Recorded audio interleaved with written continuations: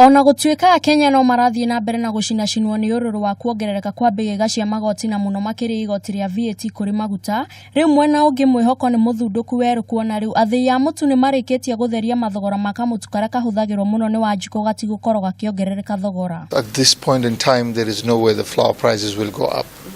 Because we're already back to zero rated, so we'll be able to claim the VAT, so it will not affect the price of flour at all. Mũikarĩri gĩtĩ wa kĩũngano gĩkĩ ũrĩa ũrathenga wabici Nick Hutchinson na kũrĩ ũguo nĩ augĩte nĩ marongoreria magetha ma ngano gũkorwo magĩtirũka kuona mĩgũnda mĩingĩ ya arĩmi ĩkoretwo ĩhithũkĩirwo nĩ mĩthemba ya nyoni ĩrĩa ĩrakũrĩkana ta kwerea na ĩrĩa ĩkoretwo ĩkĩũnũha magetha macio na njĩra nene. Kenya produces roughly 15 to 20% of the country's milling needs, and the rest of it is imported from different wheat-growing countries around the world.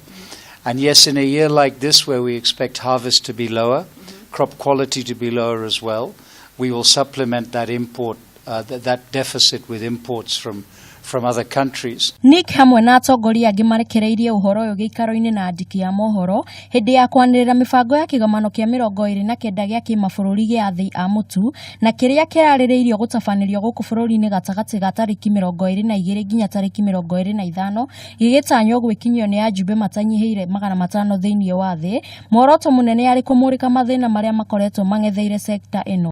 Talking about new innovations, new opportunities to improve the quality of grain storage, the quality of the flour we produce, and of course, very importantly, the cost at which we produce those flours. Handũ-inĩ ha Kameme TV, kuma metha-inĩ ya wonjoria, njĩtagwo Njoki wa Ngũgĩ.